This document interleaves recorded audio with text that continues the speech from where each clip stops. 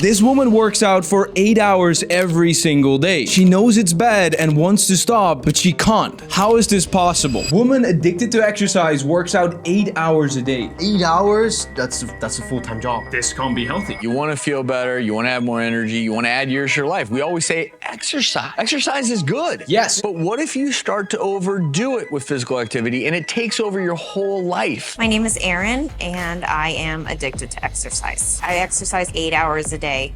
I never get tired. I don't get sore. I'll cancel plans. I'll cancel appointments. It's been controlling my life. I just can't stop. Whoa, yeah. Right away, it sounds like she wants to stop, Yeah, but she can't.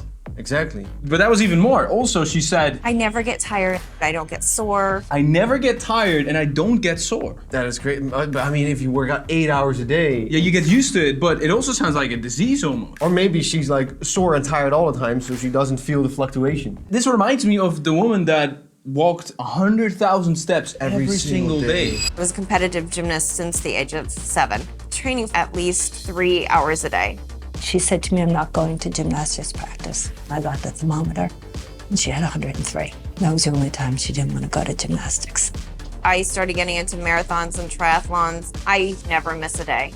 5 years ago, I ended up breaking my back. 3 days after back surgery, I was already trying to go up and down stairs. We know a few pro gymnasts, and it's a crazy world. You have to train so hard, so often, and for so long to just even kind of make it to the top. It's insane. Like, it's not uncommon for young gymnasts to work out 4, 5, 6 sometimes hours. even 6 hours a day. And then we talk with them about diet, and they don't really know a lot about that. For the last 4 years, it's not giving me the rush that I used to feel of just doing 3 to 4 hours. When I wake up around 5 o'clock is when I work out. And then I go to work, and then I'll go back to the gym. She does work. How is that? What? She wakes up at 5, works out for a few hours, Yes. goes to work, and then when she comes back, continues to work out. Her body fat is so low. Yes. She has no body fat. And when I get home on my spin bike, I'm doing meal snack. I go to bed around 2:30. No! Oh. No. She gets 2.5 hours of sleep. There's no way someone can function on 2.5 hours of sleep while doing all this. About 8 months ago, I got a message from a girl, and it triggered a memory that I've suppressed for 30 years. I was from the ages 6 to 10. This story is insane. It's, wow. I feel so bad for her. I've been adding on exercise so that I could just forget about that whole nightmare of those 4 years of my life. I'm just scared that my body's just gonna break down. That's really sad. She's literally trying to run away from her past. Great wordplay there, but kind of true maybe. Maybe it is. Joining us is Erin, her mother Barbara, Dr. Erin Foster, as well as Dr. Jorge Rodriguez. And Erin, the first thing I want to say is I'm really glad you reached out for help. I was interested to hear if she reached out for help or a mom or someone else, but she reached out. And that's good, because then she wants to change. I'm gonna pull up a picture of you, okay? I can't even look at it. I just think of myself as so healthy, that's why. It's hard to look at. So she thinks she's healthy because she exercised so much, but then she looks at herself and is like, that's not healthy. Exactly, I already thought I heard healthy, and I was like, Yeah, because yeah. I think if there's doctors that tell her it's unhealthy, that show her data and maybe help her find a new routine. I'm so happy that you realize that you need to change, because when I saw those blood pressure readings, there are things in medicine we call hypertensive urgency, and those blood pressure numbers, quite alarming. Oh, definitely alarming. Travis, seriously, in the 6 years that I've done this show with you, Erin is the most ill person that we've had, the sickest person that we've had on the show. It's kind of bad to tell you're the sickest person. It made her feel real sad and ashamed. It's not quite a thing to tell the person with a mental trauma. I think there's kind of a valid point there, but also there's no need to sugarcoat it when there is something so severe going on and there is an urgency. This guy is here trying to help her. And also, like she said, there's something in her head that still thinks it's healthy. This is really bad. Like, this is really unhealthy. Like, she needs to realize that. And we need to fix it now. That's the thing. If you break down your body, but you don't let it recover and do that for years, you're basically just building up bad stuff in your body, inflammations, everything. She literally gets worse with the day and has been doing this for, I don't know even how long. I think it would have been already 10 times better if she got 8 hours of sleep. Exercise plus rest, that's really good. Exercise no rest, that is It's not good. It's not good.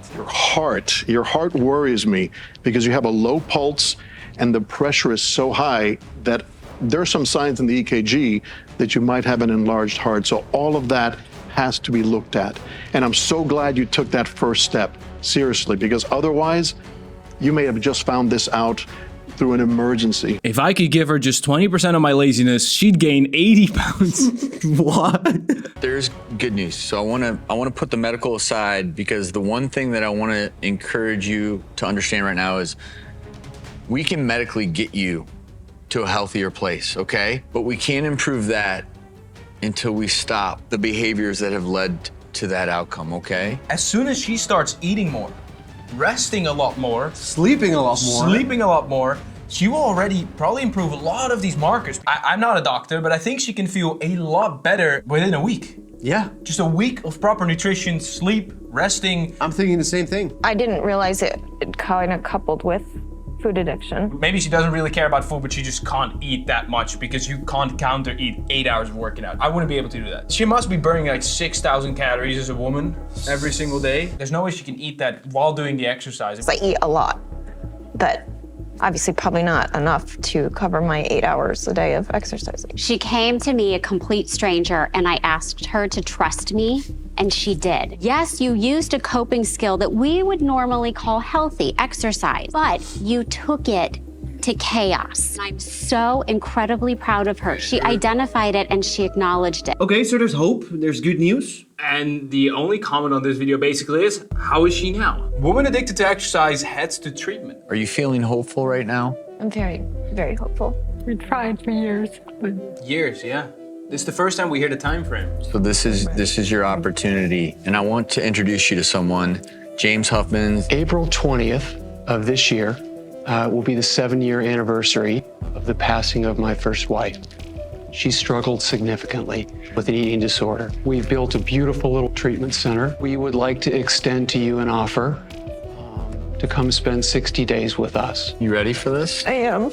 You go, you do 60 days, and we cannot wait to hear updates. And there is an update. Last time we saw Erin, she was so sick, we wondered how she hadn't already landed in a hospital. So how's she doing today? When I was told I was one of the sickest people the show has ever seen, that's when I knew that I really needed help. I've been out of treatment for 3 months. 3 months.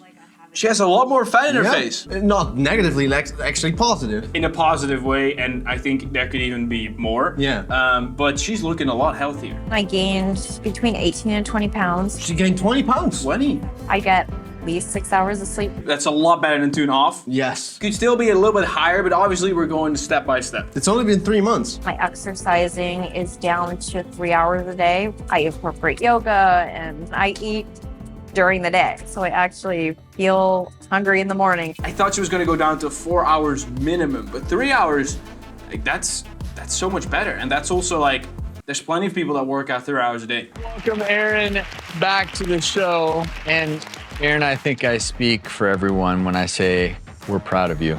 Thank you. Thank you. Footage from when you were here last time on the stage. What do you think? I still can't even watch it. It's scary to see. She has so much more energy. Hi, I have been working with people just like you, Erin, for many, many years and survived an eating disorder and exercise addiction myself. And I'd like to offer you a year of free treatment to continue on your journey to recovery. Yeah, so there's still work to do, but she's looking 10 times better, feeling better. I just want anybody to know, I mean, there is a path that you can take and you can be successful, and it's, you know, you just have to follow it. She looks healthy now, at least way better than before. So proud of her. And it's also great that she shared her story, so there's more people that maybe have the same problem. They can stand up and ask for help. I think I'm addicted to not exercising. Actually, a lot of people are. We actually have a free 90-day challenge workout app that you can use right now. Get literally started working out in the easiest way possible and the most fun way possible. You chat to the doctors. Make sure to check the original videos out in the description below. Exercising can be an unhealthy addiction. That's what you've seen with this guy. This guy was already massive, but he still wanted to have bigger and bigger muscles. And more people are having this problem. If you want to see that story, make sure to click here. Subscribe to this link and hit that bell. We'll see you in the next episode.